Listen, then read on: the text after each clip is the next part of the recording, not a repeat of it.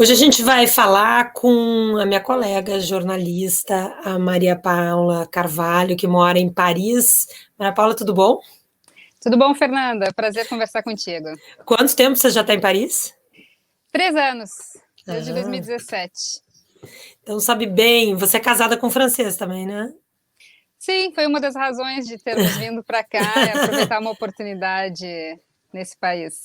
Então dá para conhecer bem. Eu quero saber, para começar, né? Porque está impactando aí essas medidas em toda a Europa. Na França foi realmente algo muito forte. Quero saber como é que foi recebida essas determinações, novas restrições em Paris, em algumas cidades. Olha, é o assunto do dia, né, Fernanda? Aliás, todo mundo já estava esperando medidas mais sérias. Hoje, todos os jornais falam desse pedido do presidente Emmanuel Macron para que os franceses tomem responsabilidade nesse combate à pandemia de coronavírus. Ao mesmo tempo, ele elogiou o trabalho feito até hoje, né? O presidente francês disse que a gente aprendeu com a primeira onda de coronavírus, foram 33 mortos no país. O Emmanuel Macron fez uma entrevista em rede nacional ontem para anunciar essas novas medidas. Ele disse que a França não perdeu o controle, mas que a situação é grave e preocupante. Isso justifica uma ação, mas sem pânico. Então, de fato, o que vai acontecer? A partir, então, da meia-noite de sábado, pelas próximas 4 semanas, podendo aumentar até dezembro, então, tem um toque de recolher para 20 milhões de pessoas a partir das 9 da noite até às 6 da manhã. Os franceses, então, vão ter que ficar em casa sob multa de 135 euros para quem descumprir essa determinação em Paris, aqui a região parisiense no entorno, e mais 8 municípios grandes, entre eles Lille, Grenoble, Lyon, Aix-Marseille, as grandes metrópoles da França. Bom, quem tiver que sair à noite vai precisar de uma autorização, da mesma forma como aconteceu no período de confinamento, que foi entre 17 de março e 11 de maio. Em caso de reincidência, a multa para quem não tiver essa autorização passa a 1.500 euros. O objetivo é realmente fazer com que as pessoas sigam as novas regras.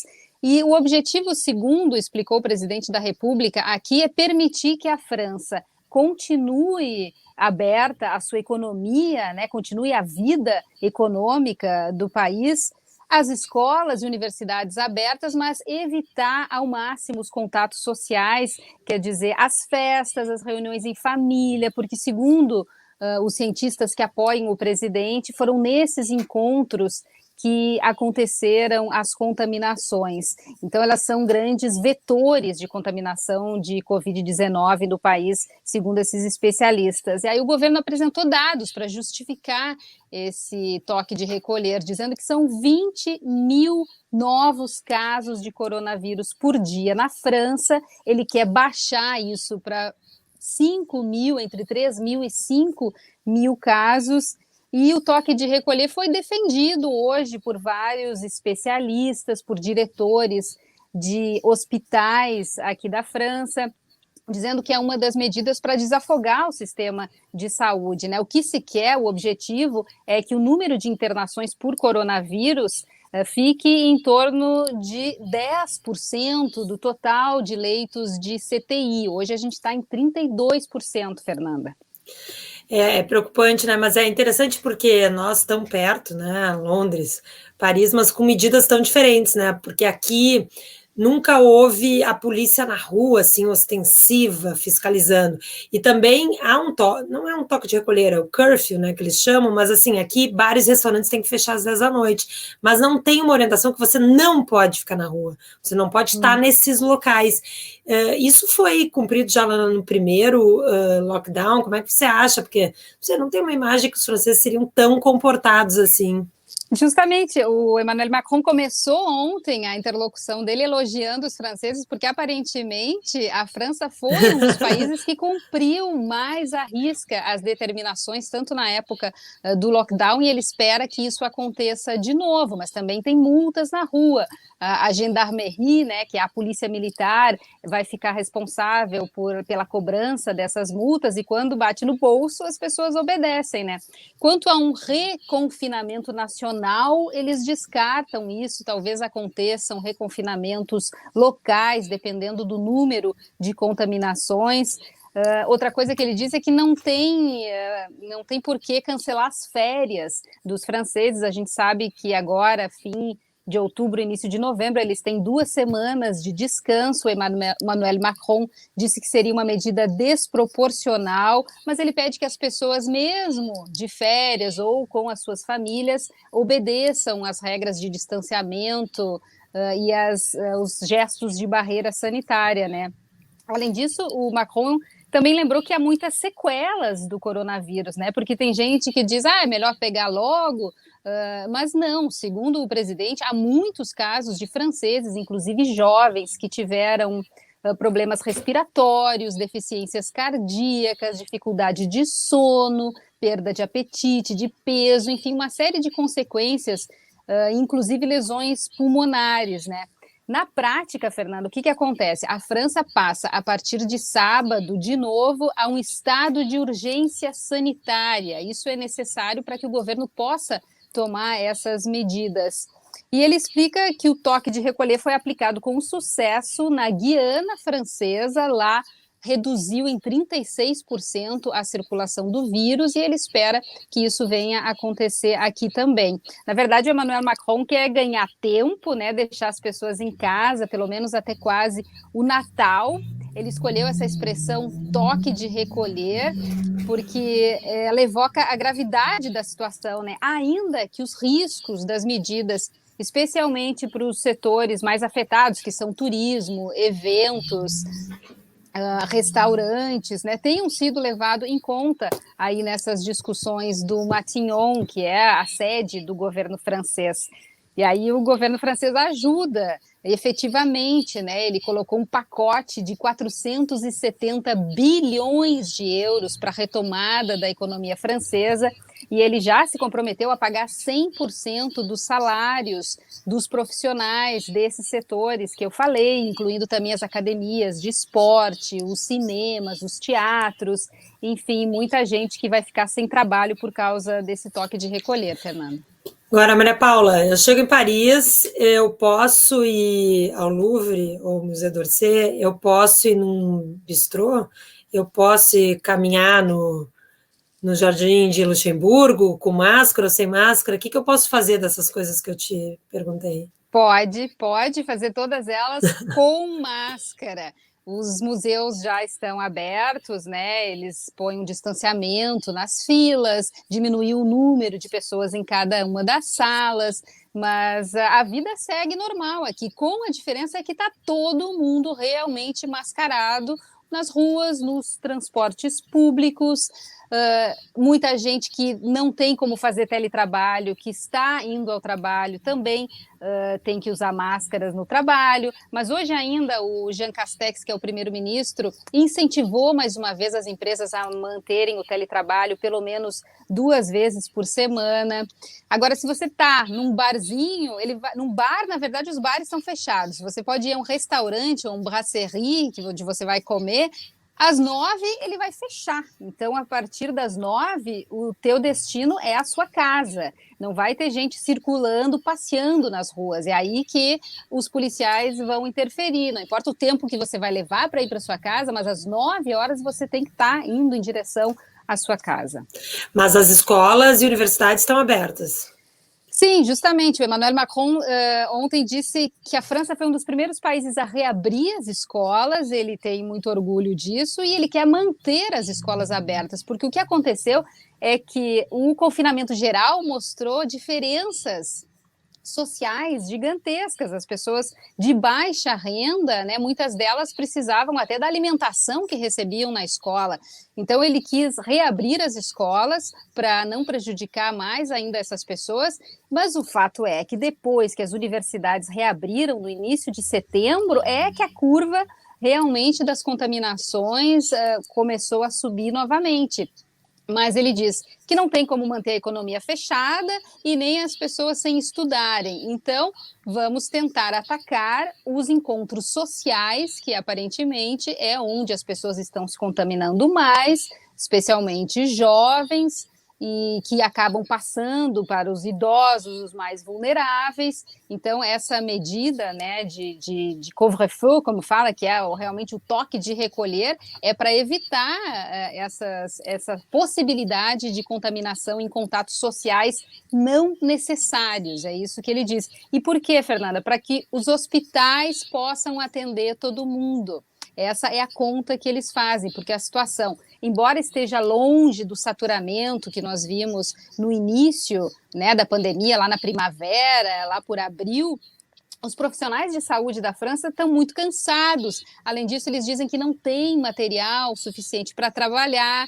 E hoje, na quinta-feira, houve uma greve geral desses profissionais da saúde, que já estava marcada, acabou coincidindo com o dia seguinte ao anúncio, né, do início do toque de recolher. E ainda no meio disso tudo, como se não fosse já suficiente, tem uma investigação judicial acontecendo sobre a gestão da crise do coronavírus. Então, eles estão investigando se as autoridades realmente tomaram as atitudes corretas lá no início da pandemia, e o ministro da Saúde, Olivier Véran, foi surpreendido hoje com a polícia na casa dele. Então, recolheram material, documentos. O primeiro-ministro diz que tem total confiança nele. Então, são muitas coisas acontecendo ao mesmo tempo, Fernanda. Olha, assunto não falta para jornalista, né? Mas, Maria Paula, você trabalha na Rádio França Internacional, né, também. Queria saber, quando vocês chegaram hoje de manhã para trabalhar, qual é a repercussão, assim, tá todo mundo, puxa, que saco, as pessoas estão motivadas, estão desanimadas, porque esse para quem mora na Europa, né, esse é um período sempre mais complicadinho, né, começa a perspectiva da chegada do inverno, dos dias mais escuros, das temperaturas baixas, tem gente que se abate muito com isso, né, como é que você acha que tá sentindo, assim, a reação? Já era esperada, Fernanda, quando o presidente da República fala à nação aqui na França é porque ele vai anunciar alguma coisa. Então, desde ontem já se sabia que possivelmente viria esse toque de recolher. Então, eu não acho que as pessoas tenham ficado surpresas. Primeiro, porque isso está acontecendo em outros países da Europa.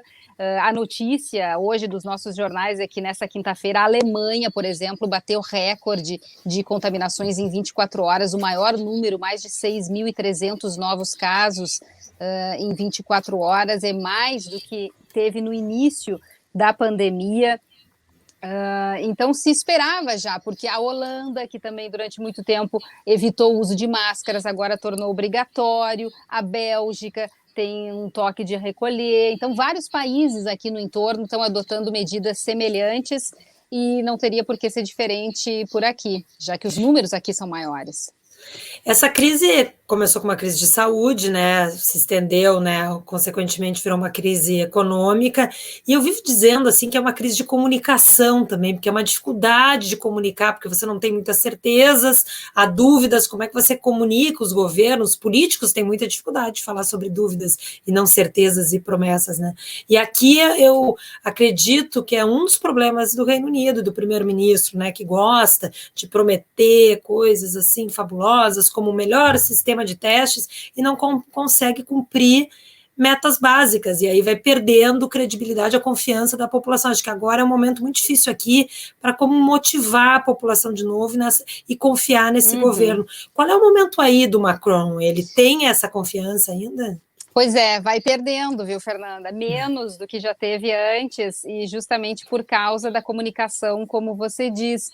O governo mesmo reconhece falhas, especialmente na questão dos testes, porque se testa bastante aqui na França, mas os resultados demoram para sair, às vezes 4, 5 dias, e a gente sabe que o período crítico da contaminação são os primeiros dias, né, depois que a pessoa apresenta os sintomas. Então eles vão mudar a técnica dos testes para poder ter resultados mais rápidos, em 15 minutos, e por exemplo, a mudança de determinação com relação, por exemplo, ao uso das máscaras. Isso prejudicou muito a confiança dos franceses no governo, né? Esse ceticismo em relação ao governo vem daí, porque no início a gente lembra que não havia máscaras suficientes para todo mundo na França, o governo veio a público e disse que elas não eram sequer necessárias e que talvez as pessoas não soubessem usá-las ou iriam se autocontaminar e que a máscara era apenas para os profissionais de saúde. Né? Isso vai acontecer em março, esse desaconselhamento da máscara. Alguns meses depois, o que aconteceu? A máscara se tornou obrigatória nas principais cidades do país e com uma multa bem cara. Então as pessoas se perguntam, né? Mas afinal era para usar, não era para usar? E o Macron ele fala bastante na televisão e às vezes as pessoas aqui acham que ele infantiliza um pouco o discurso. Ontem um dos entrevistadores perguntou isso para ele. E ele falou que, pelo contrário, que ele prefere ser claro e explicar bem, e o que é infantil é um comportamento de dizer, eu vou me contaminar, eu não me preocupo com os outros. Então, o que ele disse, não, você não vai se contaminar, porque aqui todos somos cidadãos. E se você se contaminar, você vai impactar o hospital, e depois se a sua mãe precisar ir para o hospital, ele deu esse exemplo, não vai ter lugar. Então, tem muito essa ideia do todos por um. E eu acho que é nisso que ele martela. Pois é, agora eu queria Londres, né, visualizar Londres, circular por Londres, que também tem coisas abertas, os museus estão abertos, as atrações turísticas, mas sem turistas, sem aquele mundo inteiro nas atrações turísticas, é muito estranho, né? Tem um lado bom que a gente tem espaço para visitar as coisas, mas é algo assim, não parece o mesmo lugar. Como é que é Paris sem turista? Muito diferente. Paris é a cidade mais visitada do mundo e, nesse momento, você vai nos pontos turísticos e eles estão praticamente vazios, embora tenham sido reabertos, mas você não tem mais os americanos, você não tem mais os chineses, não tem mais os japoneses. Então, é ruim para todo mundo que vive do turismo aqui na França, essas pessoas estão recebendo ajudas substanciais do governo francês, mas mesmo para nós que moramos aqui, é uma cena diferente. Eu saí no primeiro fim de semana do confinamento, não havia ninguém nas ruas, era realmente uma cena desoladora. Hoje você vê que as pessoas voltam a circular, porque são obrigadas a ir para o trabalho e tudo, mas tem sempre aquela neurose de onde está minha máscara, né? Vou entrar no metrô, preciso colocar minha máscara. Então, são regras que pegaram e que vão durar, porque o ministro Jean Castex falou ontem, acostumem-se, pelo menos até o verão que vem a gente vai continuar com essas medidas rigorosas. Brasileiros podem entrar na França, não, né? Não, nesse momento apenas quem é da União Europeia, né, pode circular entre os países da União Europeia e mesmo assim, se franceses, por exemplo, vêm do Brasil, vão ser obrigados a fazer teste, né, aqui na chegada ou apresentar um teste que seja recente na chegada no aeroporto Charles de Gaulle. Então, não, por enquanto, continua fechado para os países que têm altos índices de contaminação. Mas é muito também recíproco, né? Como que o país recebe franceses é um pouco como os seus cidadãos vão ser recebidos aqui em Paris.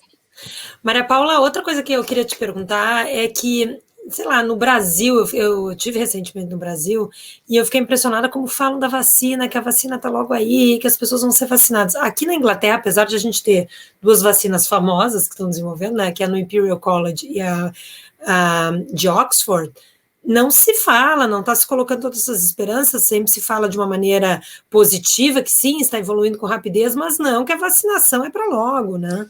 E o que se fala na França? Porque a França também desenvolve uma vacina, né? Mas é para o Natal aí ou é só nada? Não é, Fernanda. Justamente, isso é uma coisa importante. Quem espera aí que saia uma vacina logo para retomar a sua vida, a princípio a gente tem tido notícias de vários laboratórios pelo mundo desistindo, cancelando as suas pesquisas. A gente teve essa semana, né, um laboratório americano grande, o Johnson Johnson, que cancelou os estudos depois que um dos participantes teve uma doença inexplicável, a gente não sabe nem o que é, eles dizem que faz parte, né, das pesquisas, que coisas assim aconteçam, mas para tudo, entende? Até que haja prova de que essa doença foi provocada ou não pela substância que está em estudo, para tudo. Então, e agora o importante é que a França briga muito para a seguinte questão: o dia que sair essa vacina, que ela seja acessível a todos. Essa é a palavra do Emmanuel Macron, né? Quando ele vai nas conferências da União Europeia, isso é uma das coisas que ele sempre fala, enfim, que seja acessível para todo mundo, mas como você diz, é uma corrida internacional que ainda não tem vencedor. Bom, para a gente encerrar, quem mora na Europa, nessa época de fim de ano, é uma época de muitos rituais, né? De mercados de rua de Natal, de luzes para, né? Tudo para alegrar aí o inverno, né? Tudo para animar, para iluminar a vida da gente, né? Aqui em Londres, quase tudo cancelado, né? Eu estava brincando, acho que a gente vai ter que andar com as luzinhas de Natal a gente mesmo na rua para se animar, e como é que vai ser, né? O que tem de perspectivas aí em Paris? O que dá para fazer, por exemplo? Olha, muita coisa foi fechada, né, no início do ano. Fernanda, a gente já não teve, né, a Bienal do Livro, muitos eventos, por exemplo, agora, essa semana, acabaram de cancelar um evento que é super importante aqui, que é o Salão da Agricultura, foi cancelado por causa do coronavírus. Todas a questão, né, dos teatros, toda a área da cultura sofreu muito por causa das medidas rigorosas. Então, assim, provavelmente até o Natal ficaremos em casa à noite, né? E obedecendo esse toque de recolher, que, segundo as autoridades locais, aqui é a única maneira de efetivamente frear as contaminações. Se eu fosse te pedir assim para resumir, assim, já que você é uma grande jornalista de televisão, âncora, tem uma experiência incrível aí, mas se eu fosse para te pedir para resumir esse momento na França em um minuto, assim, fazer um resumão, que momento vive a França hoje, Maria Paula? A França tenta se recuperar de uma crise profunda financeira, né, que foi causada por causa da paralisação de toda a atividade econômica.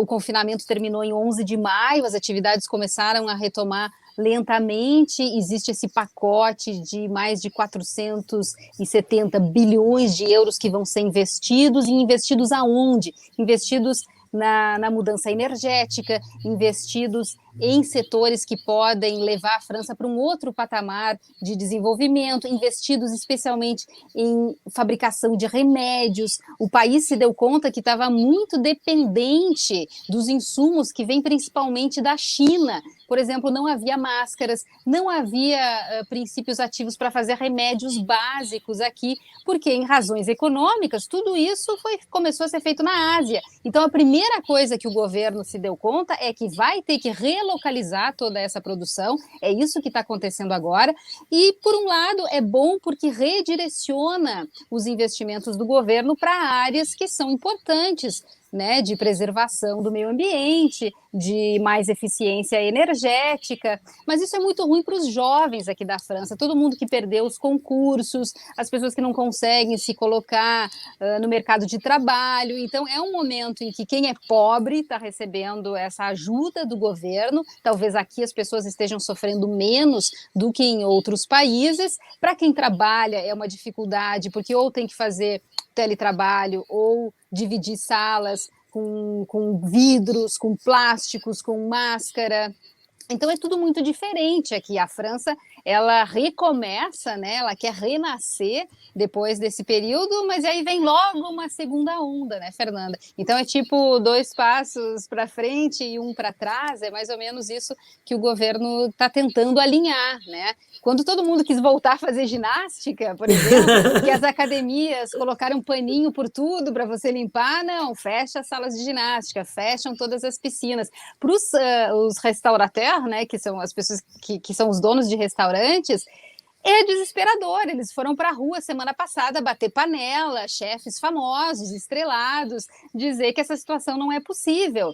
Né? Até se pediu ao Macron que o toque de recolher começasse às 11, como em outros países, e não às 9, para você poder, pelo menos poder jantar, né? Mas ele acha que não, que tem que ser mais cedo. A gente está vindo assim, né? Na Alemanha às 11, aqui às 10 e às 9, né? Aqui muito cedo. E outra coisa é a regra dos 6, né? 6 pessoas no máximo. Então são 3 casais numa mesa. Se você for fazer alguma reuniãozinha, também não deve chamar mais do que 6 pessoas, que não é muita gente, né, Fernanda? A gente vai ficar bastante reduzido assim aos nossos círculos pessoais, familiares, e sempre mantendo distância, com cuidado.